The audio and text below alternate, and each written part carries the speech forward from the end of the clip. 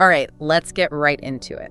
Today we're doing a deep dive into a really powerful, honestly, a pretty sobering final address from the book of Joshua. This is chapter 23. It's Joshua's farewell to Israel, and it comes right after he's acknowledged all the good things God has done for them.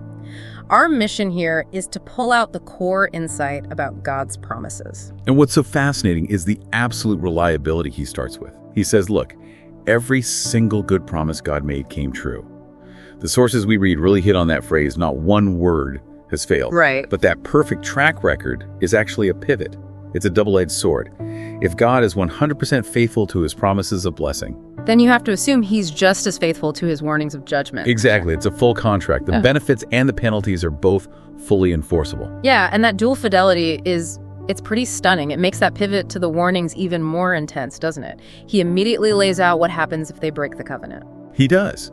And the language he uses for what happens if Israel, turns back and clings to the other nations, it's incredibly graphic. So what does he say?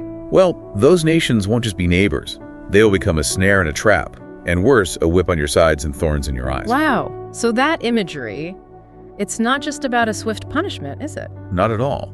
It's designed to convey this relentless, painful, just debilitating kind of suffering. It's a slow decay that causes them to perish quickly from off the good land. And that really brings us back to verse 15, which feels like the absolute heart of the message. It is. It's the linchpin. He says, just as all the good things happened, so too will God bring upon them all the evil things if they transgress. It's an inseparable package deal. And that right there establishes the reality we have to grasp. God doesn't pick and choose which parts of his word he's going to stand by. His promise of blessing is secure only if the conditions of loyalty are met. And his promise of judgment is equally secure if they're not. Precisely.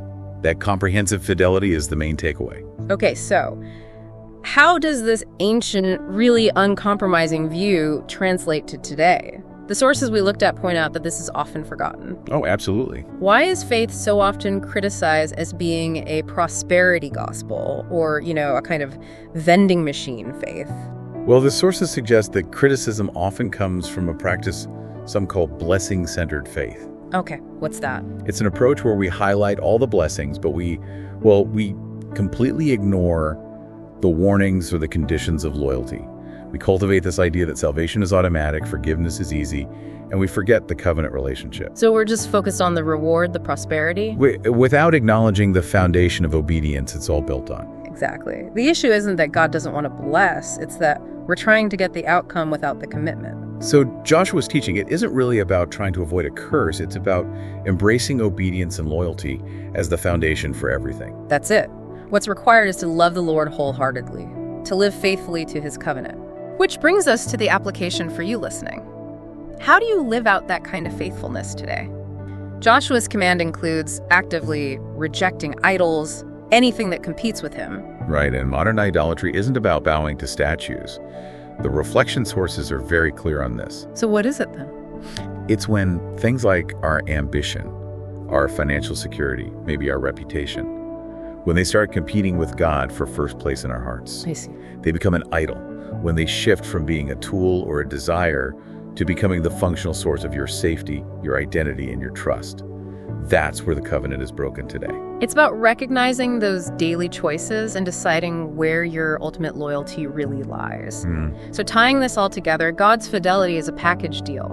It applies equally to the promises of blessing and the warnings of judgment. Which means that real faithfulness isn't just seeking a specific transactional blessing. No, it's about seeking loyalty and obedience to the whole relationship.